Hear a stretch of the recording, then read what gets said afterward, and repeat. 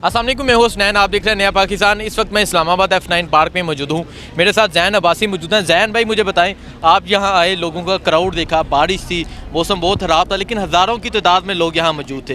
क्या समझते हैं क्यों लोग आए हैं बाहर?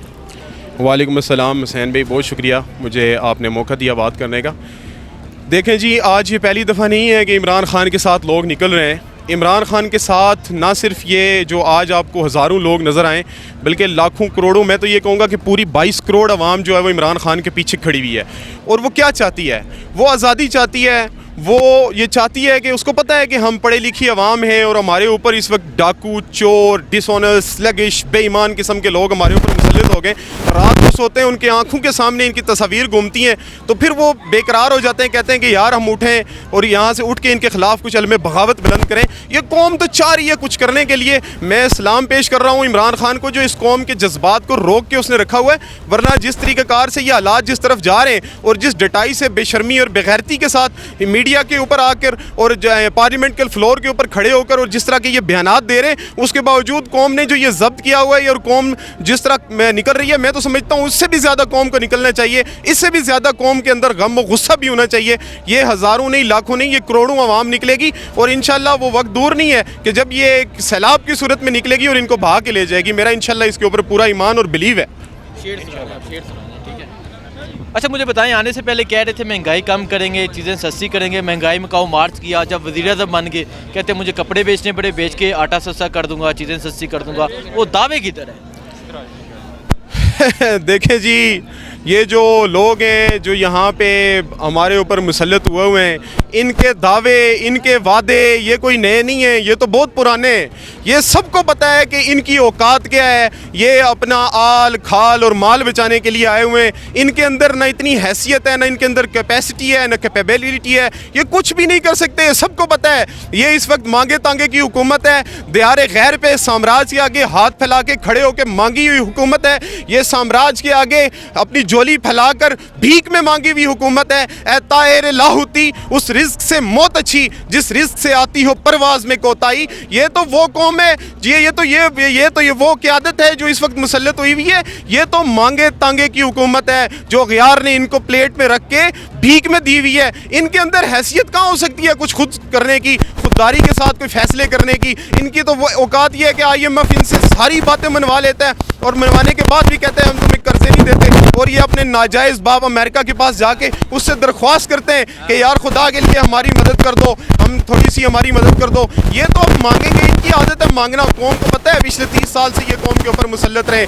इनकी हैसियत नहीं है कि कौम को बहरानों से बाहर निकाल के ले जाएं। ये हमारा कायद इमरान खान ही था जिसने कोरोना जैसी हालत में भी इस कौम को अपने पाँव पे खड़ा करने की कोशिश की। ये इमरान खान ही था जिसने 150 के ऊपर पेट्रोल को और 178 के ऊपर डॉलर को रोक के रखा हुआ था। ये इमरान खान ही था जो रशिया के साथ माइदा कर रहा था, चीन के साथ दोस्ती कर रहा था, ईरान से तेल खरीदने की बात कर रहा था। क्यों? इसलिए कि मैं अपने गरीब आवाम की फिक्र थी, उसे फिक्र थी कि ये पैसा मैंने बचा के सेहत कार्ड के ऊपर देना है। उसे फिक्र थी कि मैंने अब ये पैसा बचा के अवाम के इलाज मालजे के लिए देना है, उनकी रोज़ी राशन के लिए देना है, उनके एहसास प्रोग्राम के लिए देना है। इन्होंने आते ही लंगर खाने भी ख़त्म किए, एहसास प्रोग्राम भी ख़त्म किया। इन्होंने आते ही सेहत भी गरीबों से छीन ली। वो सारा कुछ छीन कर अपनी आल के ऊपर, अपने माल के ऊपर और अपनी खाल बचाने के लिए लगे हुए हैं। लेकिन कौम को ये बात पता है कि ये कौम को बहरानों से निकालने के लिए नहीं आए थे। मैं ये बात बड़े वाशगाफ अल्फाज में कहना चाह रहा हूँ। जैसे खुरम दस्तगीर के मुंह से अल्लाह ने सच उगलवाया, सच की ताकत ये होती है, सच का हुस्न ही ये होता है कि ये निकल आया करता है। और जब खुरम दस्तगीर के मुंह से ये अल्फाज निकले कि ये हुकूमत हमने अपनी ज़ात के लिए ली है, केसेस से बचने के लिए ली है, खुदा की कसम मैं तुम्हें ये बात कहना चाहता हूँ खुरम दस्तगीर, मैं तुम्हें बात कहना चाहता हूँ और तुम्हें बतला देना चाहता हूँ राना सनाउल्लाह, मैं तुम्हें बतला देना चाहता हूँ नवाज शरीफ जरदारी और ये मौलाना डीजल, तमाम लोगों को मैं ये बात बतला देना चाहता हूँ। खुदा की कसम तुम्हें उठा के कहता हूं कि तुम्हारी खाल नहीं बचेगी। तुम्हारी खाल को तुम्हें तख्ता धार के ऊपर लटकना पड़ेगा। तुमने इस कौम की रगों से खून पिया है, तुमने इसकी हड्डियों से तुमने गोश्त निचोड़ा है, तुमने इस कौम के साथ ज्यादतियां की हैं, तुमने इस कौम का गासिब बनकर इस कौम का हक मारा है। तुम तख्ता धार पे चढ़ोगे, ये बात तुम याद रखना। तुम ये सोचते रहो कि हम हुकूमतें लेके उसके पीछे छुप जाएंगे جائیں گے؟ کب تک تم چھپوگے؟ کب تک تم ایسا کرو گے؟ ایک وقت آئے گا، اللہ الحق ہے، تمہیں اس ساری چیزوں کا حساب دینا پڑے گا. تمہیں اس جو قوم کا تم نے گوشت نوچا ہے، تم نے جو غریبوں کی جان لوٹی ہے، تم نے جو غریبوں کو تباہ کیا، مارا ہے، تم ان کے مرنے کے ذمہ دار ہو، تم قاتل ہو، بے ایمان ہو، تم نے لوگوں کو مارا ہے، تم ایک چیز کا حساب دو گے انشاءاللہ. وہ وقت دور نہیں ہے. اچھا، فیٹف سے جو پاکستان کو ریل سے نکالا جا رہا ہے، یہ سب کریڈٹ خود لے رہے ہیں، آپ کریڈٹ کس کو دیں گے؟ دیکھیں، یہ کوئی میرے خیال میں اتنی امپورٹنٹ بات نہیں ہے، اس لیے کہ یہ تو پوری دنیا کو پتہ ہے، روز روشن کی طرح یہاں ہے بات کہ جب یہ گئے 2018 میں تو یہ پاکستان جو ہے وہ بلیک لسٹ میں جانے لگا تھا، اور اس کے بعد تقریباً 3.5 سال کی محنت تھی پاکستان تحریک انصاف کی. ہمارے یہاں پہ جو عمران خان کا جو ویژن تھا اس کو امپلیمنٹ کیا گیا، اور اس کی 27 پہلے شرائط کو پورا کیا گیا. پارلیمنٹ میں یہ مونچھوں والا بندر بھی مجھے شکل اس کی یاد ہے، یوں کیا ہوا کھڑا ہوا تھا جب فیٹف کے خلاف اس نے ووٹ دیا تھا. 190 ووٹ انہوں نے دیے تھے. چیخے چلائے تھے یہ کہ IMF کو یہ ملک بیچ رہے ہیں. فیٹف کی جب یہ قرارداد آئی تھی، جب پارلیمنٹ سے پاس کروائے گئے تھے، تو اس وقت تو یہ اس کے خلاف کھڑے ہوئے تھے. یہ کیسے کس منہ سے کہہ سکتے ہیں کہ کریڈٹ ہمارا ہے؟ یہ تو پوری قوم کو پتہ ہے کہ اس کا کریڈٹ جو ہے وہ عمران خان کے پاس. میرا آخری سوال یہ ہے، وجہ کیا تھی عمران خان کو ہٹانے کی؟ دیکھیں جی، وجہ یہ تھی عمران خان صاحب نے، میں تو چونکہ پولیٹیکل ورکر ہوں تو میں ہمیشہ سے یہ بات بڑے ببانگ دہل کہتا ہوں کہ جب بھی کوئی پاکستان کا حکمران خارجہ پالیسی کی طرف جائے گا تو اس کے اوپر یہ ہاتھ پڑے گا. میرے جیسے بندے کو تو یہ لگتا ہے کہ پاکستان کی آزاد خارجہ اور خود مختار پالیسیز کی وجہ سے جو عمران خان جس طرف جانا چاہ رہا تھا اس کی وجہ سے اس کو ہٹانے کی یہ سازش کی گئی. اور امریکہ نے اپنے یہ جو ایجنٹ یہاں پہ موجود تھے، جنہیں اپنی جان کے لالے ہوئے پڑے ہوئے تھے، موقع دیکھتے ہوئے اپنا جو کہتے ہیں اہل و عیال، مال کھال اور جو یہ بچانے کے لیے انہوں نے یہ موقع دیکھا اور یہ آگے اور انہوں نے آ کر عمران خان کو اتارا. عمران خان آزاد خود مختار خارجہ پالیسی کی بات کر رہا تھا. عمران خان کو اس وجہ سے اتارا گیا. عمران خان رشیا سے، چین سے، ایران سے بات کرنا چاہ رہا تھا. عمران خان کو اس لیے اتارا گیا. لیکن ایک بات یاد رکھیں، جو آپ نے عمران خان کو اتارا ہے، عمران خان کو اتارنے کے بعد آپ نے جو ظلم کی انتہا کی ہے، آپ نے جب یہ قوم، آپ نے سوچا تھا عمران خان نکلے گا قوم مٹھائیاں بانٹے گی،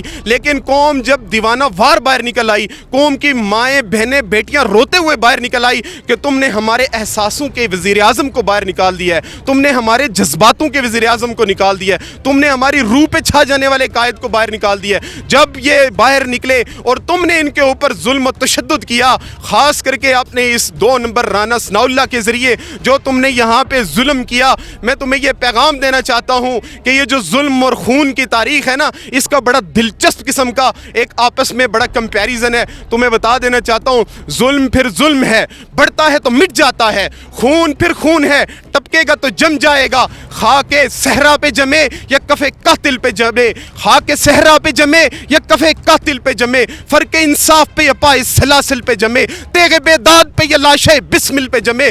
خون پھر خون ہے، ٹپکے گا تو جم جائے گا. ظلم کی بات ہی کیا، ظلم کی اوقات ہی کیا.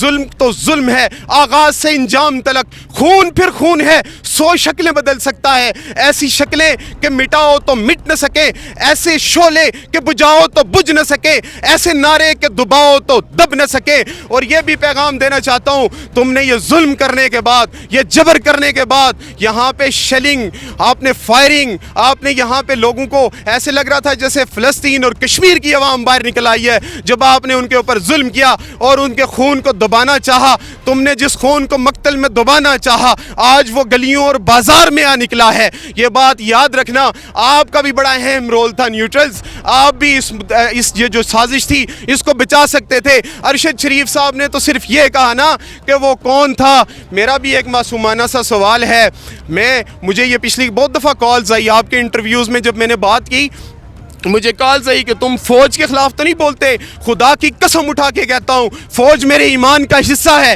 فوج پاکستان کی سالمیت کا اہم جز ہے. فوج نہ ہو ہمارے ملک کی سالمیت کو خطرہ ہو جائے گا. اور میں یہ بھی یقین سے کہتا ہوں، میرا ایمان گواہی دیتا ہے کہ غزوہ ہند انشاءاللہ یہ فوج لڑے گی. امام مہدی کی نصرت یہ فوج کرے گی، اور ہمارے عیسیٰ علیہ السلام کے ساتھ کھڑے ہو کر دجال کے خلاف یہی فوج لڑے گی. لیکن کیا ہمارا یہ حق نہیں ہے کہ ہم ہر ادارے میں چھپی ہوئی کالی بیڑوں کے اوپر بات کریں؟ ارشد شریف نے کہا وہ کون تھا؟ मैं भी पूछना चाहता हूँ थोड़ा पीछे जाना चाहिए। 47 से लेकर आज तक जो कुछ होता रहा, जनाब कायदे आज़म मोहम्मद अली जिन्ना को जहर दिया गया, उनकी गाड़ी को ख़राब किया गया, वो कौन था? जो कायदे आज़म को मरने के बाद लियाकत अली ख़ान को गोलियों से छलनी किया गया इस पाकिस्तान में, और जब वो छलनी हो गए उनको छलनी करने वाला कौन था? मेरा सवाल है कि यहाँ जब हमारी 71 की जंग लड़ी गई, 65 की जंग लड़ी गई, हमारे 90,000 फौजियों को यहाँ पे मवेशियों और माल और बकरियों की तरह धकेल के इंडिया लेके चला गया, उसका जिम्मेदार कौन था? नशे में दूध वो कौन था जिसने हमारा मशरकी पाकिस्तान लिख के इंडिया को दे दिया था? मैं पूछना चाहता हूँ, ज़रा पीछे चले जाओ, मैं पूछना चाहता हूँ कि इस पाकिस्तानी अवाम के हकूक़ पे डाका डालने वाला और इस पाकिस्तान के आइन को तोड़ने वाला वो कौन था जिसने जुल्फ़िकार अली भुट्टो को तख्ता-ए-दार पे लटकाया? वो कौन था जिसने एक वक्त के वज़ीर-ए-आज़म को तख्ता-ए-दार पे लटकाया? मैं पूछना चाहता हूँ, मेरा हक़ है, मैं फ़ौज से मोहब्बत करता हूँ, लेकिन मैं उससे भी मैं अरशद शरीफ साहब आपसे भी कहना चाहता हूँ, ज़रा ये सवाल भी कीजिएगा ना कि वो कौन था जिसने कई बार मुंतखब हुकूमतों को गिराया? वो कौन था जिसने जाके हमारे यहाँ पे 90,000 फौज जब हमारी गिरफ्तार हो गई, उसके बाद फिर इसने हुकूमत दी गई और हमारे मुंतखब वज़ीर आज़म को फिर उसने गिराया? वो कौन था जिसने मुस्लिम लीग नून को आगे लाया? वो कौन था जिसने नवाज शरीफ को यहाँ पे कायद बनाया? वो कौन था फिर कायद बनाने के बाद दोबारा उतारा? वो कौन था जिसने बेनज़ीर भुट्टो को तख्ता से उतारा? वो कौन था जिसने फिर दोबारा नवाज शरीफ को चढ़ाया? वो कौन था जिसने फिर नवाज शरीफ को उतारा? वो कौन था जिसने लाल मस्जिद में माओ बहनों और बेटियों का खून बहाया? चिराग चेहरे गुलाब मौसम उदास लम्हों में खो गए, किरण ऋतु में जो जी रहे थे वो गुप अंधेरों में खो गए, उनको अंधेरों में ले जाने वाला कौन था? नवाब अकबर भुट्टी को बलोचिस्तान में कत्ल करने वाला कौन था? बलोचिस्तान के अंदर आज़ादी की जो तहरीक चली, बलोचिस्तान को अलग मुल्क डिक्लेयर करने के लिए जो वो नौजवान बाहर निकले, वो किसकी कार्रवाइयों के नतीजे में हुए? वो अमेरिका के कहने के ऊपर डू मोर करने वाला कौन था?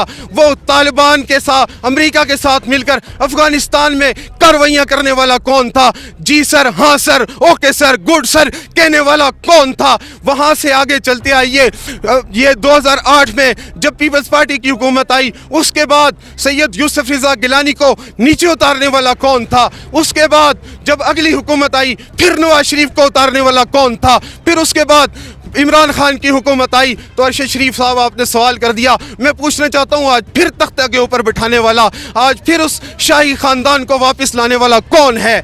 ये कौम जानना चाहती है। आपका भी काम है न्यूट्रल्स, अपनी इस जो अदारे हैं यहाँ से काली भेड़ बकरियां, ये जो बेड़े हैं इनको निकालिए। खुदा की कसम आपने ग़ज़वा हिंद लड़ना है जो नबी करीम सल्लल्लाहु अलैहि वसल्लम के साथ जंग लड़ने के बराबर है। हम आपके साथ लड़ेंगे, आपके साथ जाएंगे, लेकिन आज हालत ये हो चुकी है, मेरे कितने दोस्त आर्मी में हैं, वो कहते हैं हम घर में जाते हैं, हमें अपनी बेटियां बेटे पूछते हैं कि न्यूट्रल बाबा कैसे हैं आप, न्यूट्रल भाई कैसे हैं आप? आज इस जगह पे फौज को लेके आने वाला कौन है? मेरा दिल दुखता है जब हमारे पाकिस्तान की फौज के ऊपर कोई बात करता है। क्यों करे कोई फौज के ऊपर बात? 8 लाख गरीबों के बेटे खून दें, वो अपनी जानें दें, और चंद लोग, चंद काली भेड़ें इस अदारे को बदनाम कर दें। ये हमारे खून की कमाई है, हमारे पसीने की कमाई है। हमने अपने खून पसीना अपना बहाकर इस फौज का पेट भरा है ताकि ये दुश्मन के साथ लड़ सके। और ये फौज इस फौज के खुदा के लिए मैं हाथ जोड़ता हूँ कि